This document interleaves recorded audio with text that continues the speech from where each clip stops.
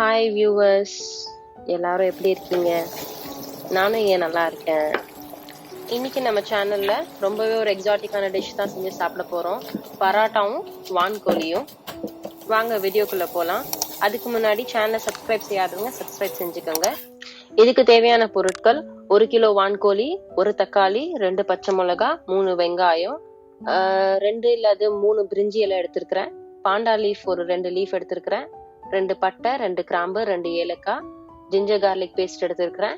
அப்புறம் இங்க இருக்கிற டொமேட்டோ பியூரின்னு கிடைக்கும், அதையும் நான் எடுத்திருக்கிறேன். இப்போ நம்ம இந்த பட்டர் எடுத்துருக்கிறோம். இது இங்கே நான் வாங்கின பட்டர். இது ஸ்லைட்லி சால்டட் பட்டர். இதில் கொஞ்சம் சால்ட் இருக்கும். இதை நான் 2 டேபிள் ஸ்பூன் போட்டு நான் அடுப்பை ஆன் பண்ணிக்கிறேன். பட்டர் கொஞ்சம் மெல்ட் ஆகட்டும். நல்லா பட்டர் மெல்ட் ஆனோடனே நம்ம ஏற்கனவே கட் பண்ணி வச்சிருக்க வெங்காயத்தில் ஒரு பாதி வெங்காயத்தை போட்டுட்டு நான் பாதி வெங்காயத்தை நான் வச்சுக்கிறேன். அதாவது ஒரு 1.5 வெங்காயத்தை நான் போட்டு நல்லா வணக்கிக்கிறேன்.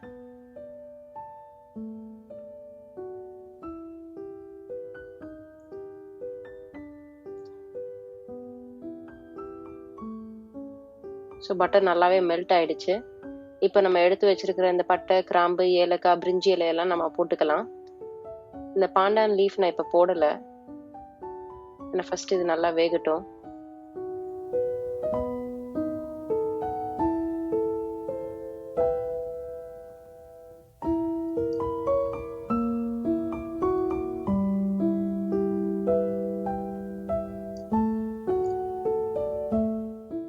நான் தனியா வச்சுக்கிறேன் அந்த இலைய. அது கொஞ்ச நேரம் கழிச்சு நம்ம போட்டுக்கலாம். ஸோ இப்போ வெங்காயம் நல்லா வதங்கிருச்சு. அப்போ இதுல நம்ம ஜிஞ்சர் கார்லிக் பேஸ்ட் ஒரு 2 டீஸ்பூன் போட்டுக்கலாம். போட்டுட்டு அதை நான் நல்லா வணக்கிக்கிறேன்.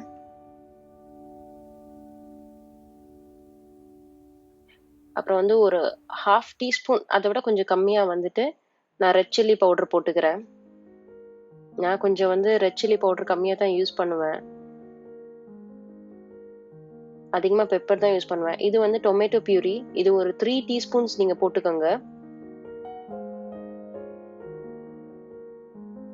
ஸோ டொமேட்டோ பியூரி இல்லாதவங்க நீங்க தக்காளியை தண்ணியில சுடு தண்ணியில போட்டு வேக வச்சுட்டு அந்த தோலை உரிச்சிட்டு அந்த தக்காளியை நீங்க அரைச்சிட்டிங்கன்னா உங்களுக்கு டொமேட்டோ பியூரி கிடைச்சிடும். இந்த கலர் வேணா கொஞ்சம் பெப்பரிக்கா பவுடரோ இல்லைன்னா காஷ்மீரி சில்லி பவுடரோ போட்டுக்கிட்டிங்கன்னா உங்களுக்கு டொமேட்டோ பியூரி கிடைச்சிடும். ஸோ அது போட்டுட்டு இப்போ நம்ம கட் பண்ணி வச்சிருக்க தக்காளியும் பச்சை மிளகாவையும் போட்டுக்கலாம். நான் அந்த டொமேட்டோ பியூரி எதுக்கு ஆட் பண்றேன்னா அதில் நல்லா கலர் வரும், அப்புறம் திக்கா கிரேவியும் இருக்கும். சால்ட்டும் இப்போ நம்ம போட்டுக்கலாம் 1 டீஸ்பூனு. அப்புறம் தக்காளி நல்லா வணங்கும். இப்போ ஃப்ரோசன் மல்லிக்கீரை போட்டுக்கிறேன் நான். நீங்கள் ஃப்ரெஷ் போட்டுக்கோங்க. போட்டுட்டு நல்லா வணக்கிக்கலாம்.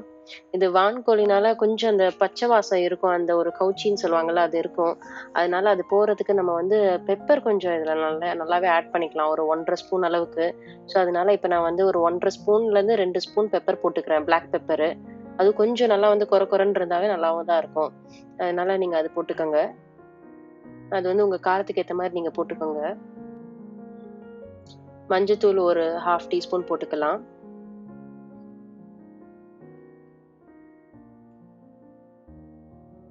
சீரகத்தூள் 2 டீஸ்பூன் போட்டுக்கலாம்.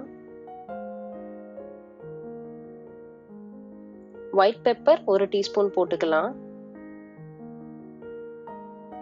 போட்டுட்டு எல்லா மசாலாவையும் போட்டுட்டு நம்ம நல்லா அதை வணக்கிக்கலாம்.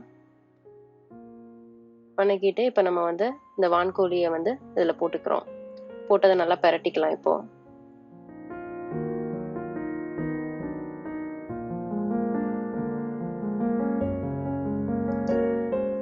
இப்போ மசாலா நல்லா போட்டு பிரட்டியாச்சு.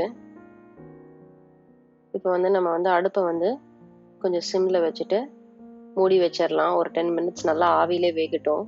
அதிலே தண்ணி விடும். ஸோ நான் இதை சிம்ல வச்சுக்கிறேன்.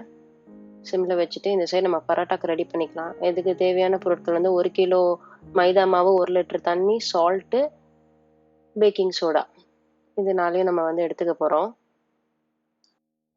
அதுக்குள்ளே வான்கோழி வெந்துருச்சான்னு பார்க்கலாம். ஒரு பாதி வெந்துருச்சு, கொஞ்சம் நல்லாவே தண்ணி விட்டுருக்குது. ஸோ இன்னும் ஒரு 10 நிமிஷம் மூடி வச்சுட்டு பார்க்கலாம் மறுபடியும். மறுபடியும் ஒரு 10 மினிட்ஸ் கழிச்சு பார்த்தா ஓரளவுக்கு நல்லா முக்கால்வாசி வெந்துருச்சு. நல்லா தண்ணி விட்டுருக்குது. ஸோ இதை நல்லா நம்ம வந்து மிக்ஸ் பண்ணிக்கலாம். நல்லா ஒரு பெரட்டி மூடி வச்சுக்கலாம் மறுபடியும் ஒரு 10 மினிட்ஸு. இப்போ நம்ம பராட்டாக்கு ஒரு 1/2 teaspoon baking soda, 1 teaspoon salt, தண்ணி இதை கரைச்சி வந்து நம்ம மாவு பிணையும் போது அதை யூஸ் பண்ணிக்க போகிறோம். நம்ம வந்துட்டு பரோட்டா வந்துட்டு நல்லா கிறிஸ்பியாகவும் கொஞ்சம் செவந்த மாதிரியும் நல்லா வரணும் அப்படின்னா அதுக்கு சுகர் போட்டால் நல்லாயிருக்கும். அதனால நான் வந்து 1 ஸ்பூன் இல்லை 1.5 ஸ்பூன் சுகர் போட்டு அதையும் இதில் கரைச்சி நான் வந்து மாவை வந்து பிசைஞ்சிக்க போகிறேன். ஸோ வந்து நம்ம போட்டாச்சு. இப்போ இதை நல்லா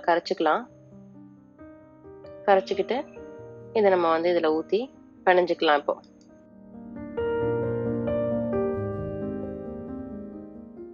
இந்த 1 கிலோ மாவுக்கு வந்து உங்களுக்கு வந்து 1 லிட்டர் தண்ணி தேவைப்படும் பிணையறதுக்கு. அதனால வந்து நீங்கள் தண்ணி பார்த்து பிசைஞ்சுக்கோங்க. நல்லா சாஃப்டாக பிசையணும், அந்த வீசுறதுக்கு ஏற்ற மாதிரி.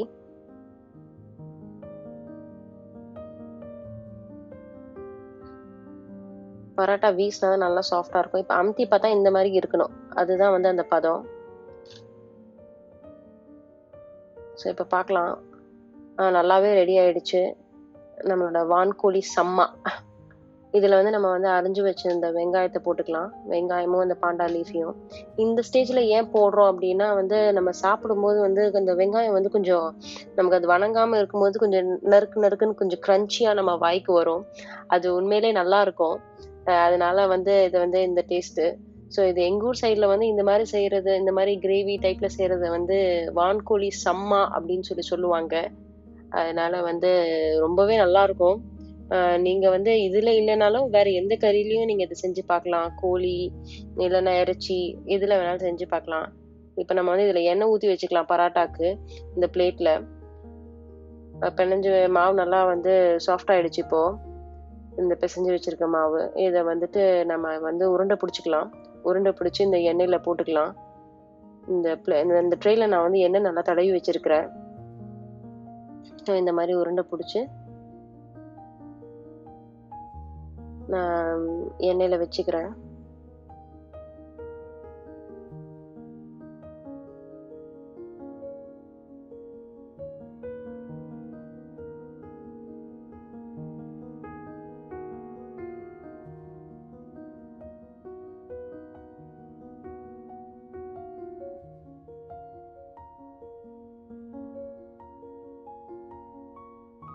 ஸோ இந்த மாதிரி உருண்டை பிடிச்சி இப்போ வந்துட்டு கிட்டத்தட்ட நான் ஒரு 12லேருந்து 15 பால் செஞ்சுருக்கிறேன். இந்த எண்ணெயை நல்லா பெரட்டி விட்டுக்கணும். இப்போ இந்த எண்ணெயில் நல்லா ஊறணும், அப்போ தான் அது வீச வரும். ஸோ அதனால் வந்துட்டு நான் நல்லா அந்த எண்ணெயில் மிக்ஸ் பண்ணி ஒரு 10 நிமிஷம் நீங்கள் மூடி வச்சுருங்க. மூடி வச்சுட்டு அந்த எண்ணெயில் நல்லா ஊறி அந்த பராட்டா வந்து உங்களுக்கு நல்லா ஸ்ட்ரெச்சபிளாக அந்த எலாஸ்டிசிட்டி இருக்கும் நீங்கள் வீசுறதுக்காக. அதனால் அதை நல்லா நான் வந்துட்டு ஊற வச்சுட்டு இப்போ அந்த வந்து மூடி வச்சுக்கலாம்.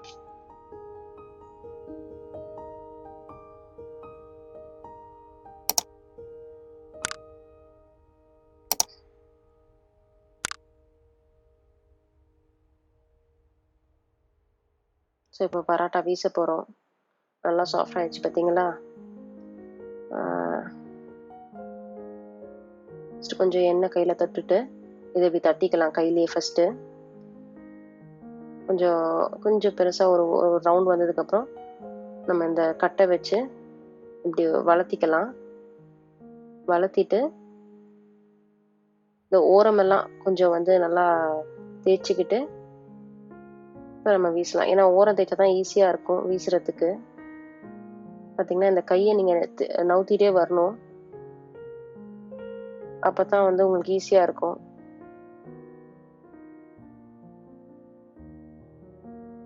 இப்போ எண்ணெயை இப்படி ஊற்றிட்டு இந்த சைடையும் அந்த சைடையும் சேர்த்து இப்படி சுற்றி வச்சுக்கலாம்.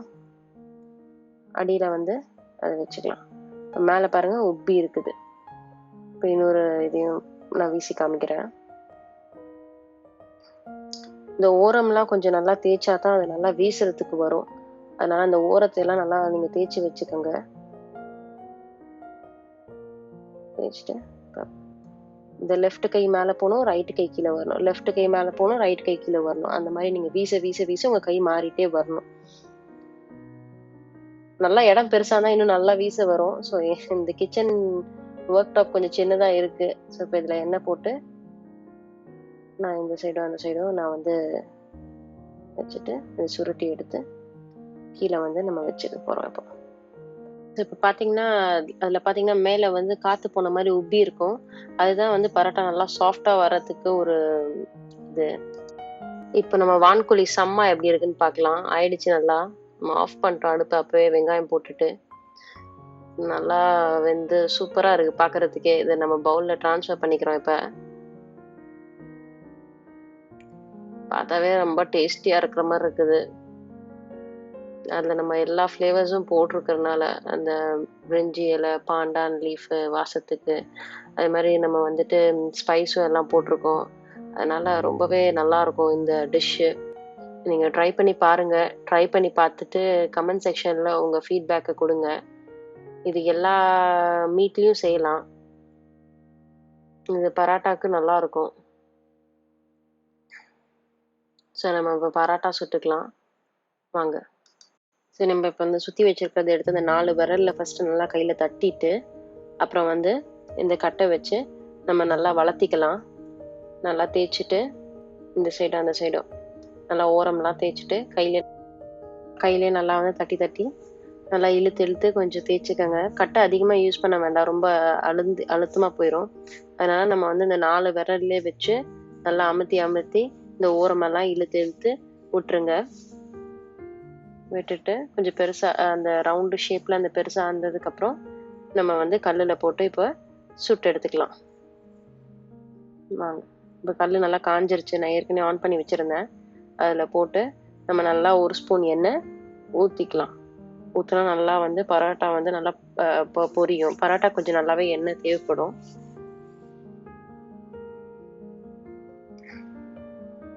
ஸோ இப்போ அடுப்பை நல்லா ஹையாக வச்சுட்டு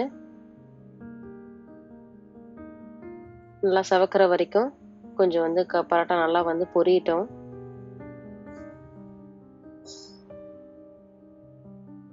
ஸோ ஒரு சைடு நல்லா செவந்த மாதிரி வெந்ததுக்கப்புறம் நம்ம வந்து இதை வந்து திருப்பி போட்டுக்கலாம். இப்போ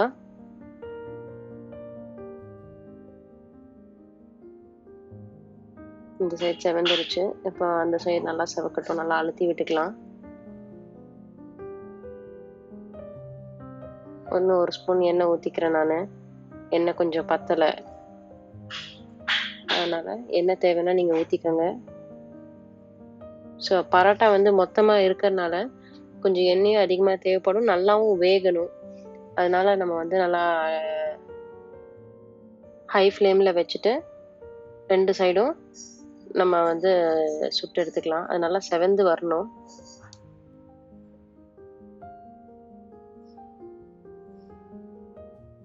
நவுத்தி விட்டுக்கலாம். இல்லாட்டி ஒரே இடத்துல வந்து சென்டரில் ஹீட் இருக்கும்போது வந்து கருகிடும். அதனால நம்ம நவுத்தி விட்டு நல்லா சுட்டுக்கலாம்.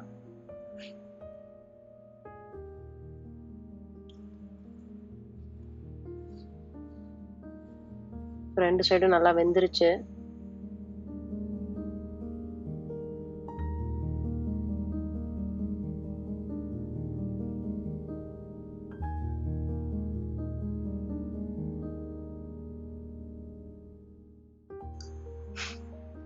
ஸோ பரோட்டா இப்படி நல்லா தட்டிக்கணும் சுட்டு எடுத்ததுக்கு அப்புறம். அப்பதான் அந்த சாஃப்டா இருக்கும். இப்போ பரோட்டாவும் வான்கோழி சம்மாவும் ரெடி. நாங்கள் ஒரு பிடிக்க போகிறோம் இன்னைக்கு. நீங்களும் செஞ்சு பாருங்க. ரொம்ப சாஃப்டான பரோட்டாவும் வான்கோழி சம்மாவும் சூப்பராக இருக்கும். வான்கோழி கிடைக்கலன்னா வேற கறியிலும் செஞ்சு பாருங்க. எதில் செஞ்சு சாப்பிட்டாலும் இது சூப்பராக இருக்கும். இந்த வீடியோ உங்களுக்கு பிடிச்சிருந்துச்சுன்னா லைக் பண்ணுங்க, ஃப்ரெண்ட்ஸ்கிட்ட ஷேர் பண்ணுங்க, அந்த பெல் பட்டனையும் ப்ரெஸ் பண்ணிடுங்க. அப்போ தான் உங்களுக்கு என்னோட நெக்ஸ்ட் வீடியோ வரும்.